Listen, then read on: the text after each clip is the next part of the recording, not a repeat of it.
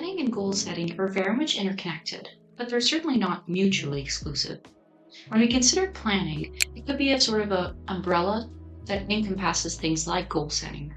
Now, I'll be diving further into detail into goal setting, timelines, specifics, how to identify your goals in the next video.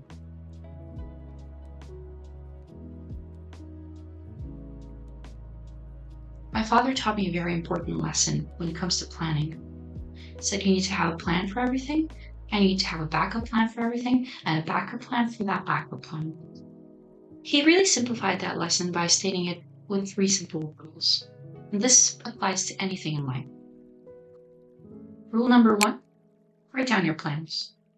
Rule number 2, recap your pen. Rule number 3, get started.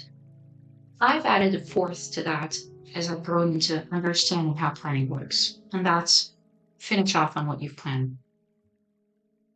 Follow through is very critical when it comes to planning.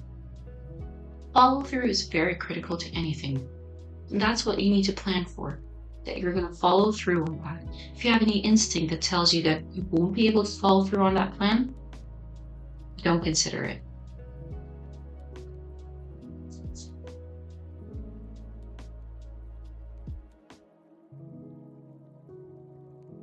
Planning may come instinctively to some, such as myself.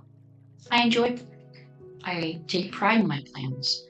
It's sort of a hobby of mine, which is a bit quirky and weird. But to others, it could be a lot more of a burden.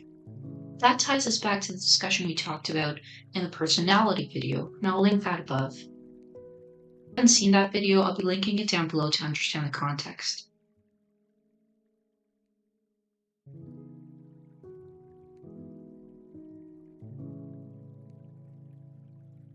I know I had previously alluded to the fact that planning might be as simple as taking out a piece of paper and writing down your thoughts, but it's not that simple. It sort of is. Let me explain. The first step to planning is understanding timelines. You could be setting a plan for the next hour, for the day, for the week, for the month, for the next 5 years. It all depends on the scenario, the situation you're planning for, your personality type, as I've mentioned before. So, the first tool that you'll need when you're planning is a calendar. It could be as simple as a calendar on the wall, or the calendar on your phone. I very much enjoy using my Google Calendar on the phone, which gives me access to it at any time. It's simple to update, and allows me to send reminders, notifications, and invites to other people in my life. And yes, I do this on a personal basis. It may sound a bit dry and too professional, but really this is the way in which you'd be able to keep track of everything. Another consideration to keep in mind when planning is writing down your notes somewhere where you can refer back to them. That could be as simple as updating your grocery list, or writing down some notes that you need to remember, such as things you want to ask your doctor at the next appointment. Or it could be something as fun as planning your next vacation. You need to consider weather, places to go to, things to be booked, clothes to pack, availability of everybody during that time. So if you're already doing that, then you're planning. But it's important to keep another aspect in mind: how soon you should plan for these activities. If you're planning for a major family vacation in the summer, you need to plan for that well in advance. Or if you're planning a bike ride on the weekend, that's a very much different timeline that you need to plan for. There isn't really a magic number or time frame upon which you need to be planning these things for.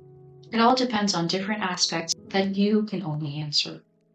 Now, you might be thinking, what should I be planning for? Well, again, we've touched upon goal setting. When you have a goal in mind for the year or for the quarter or month, then you would know what you need to be planning for. It might seem overwhelming if you want to consider goals you have for your personal hobbies, or things you need to plan out for your family, or all of these activities that need to finish off for work. But if you have them in a simple overview that you can take a look at and all together, It'll make things much simpler to keep in mind. That way you'll be able to prioritize.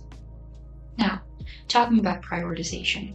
Prioritization is a very crucial aspect of planning. If something goes wrong in a certain area, you need to be able to deprioritize that and reprioritize something a little more important. Another example of when you need to be prioritizing is lack of time. Things happen, time runs out, and you need to deprioritize certain things and reprioritize others.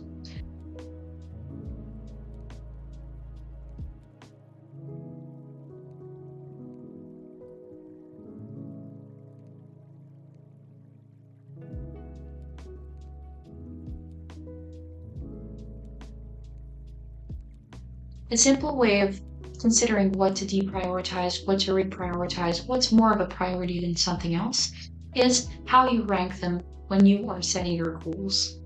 Again, we'll be talking about that in next week's video when we're talking about goal setting and how to prioritize these goals one over another.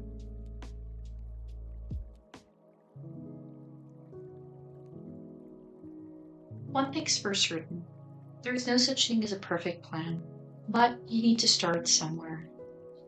As long as you have that calendar updated with all of the aspects of your personal and professional life in a very organized manner right in front of you in terms of the entire time frame.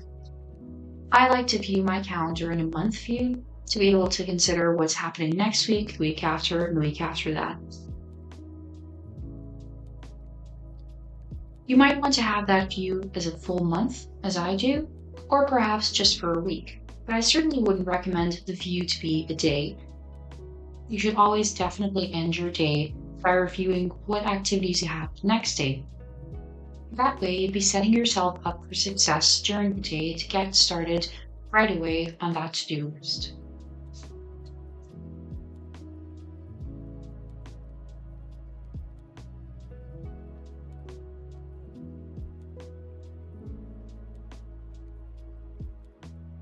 End of the day, planning is crucial. Whether it comes instinctively to you or not, you need to be able to do it for simple things in life and for you to build your career further.